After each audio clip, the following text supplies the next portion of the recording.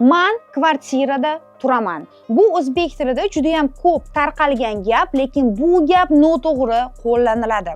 Gap shundaki, o'zbek tilida kvartira degan so'zimiz nimagadir ijaradagi uy deb tushuniladi va bu kattakon xato.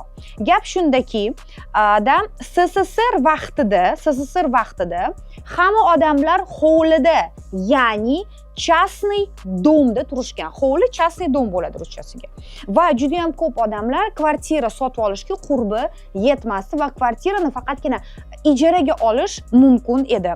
SSSR tugadi, lekin tushuncha qoldi va bu noto'g'ri. Men kvartirada turaman, ijara ma'nosida aytayotgan bo'lsangiz, nima deyishingiz kerak bo'ladi rus tilida? Я живу в съемной квартире. Aynan shu gap to'g'ri. O'zbek tilida esa men ijaradagi kvartirada turaman deb aytishingiz mumkin. Agarda shunga o'xshagan kontentlar sizga foydali bo'lgan bo'lsa, demak, izohlarga plus belgisini qoldiring.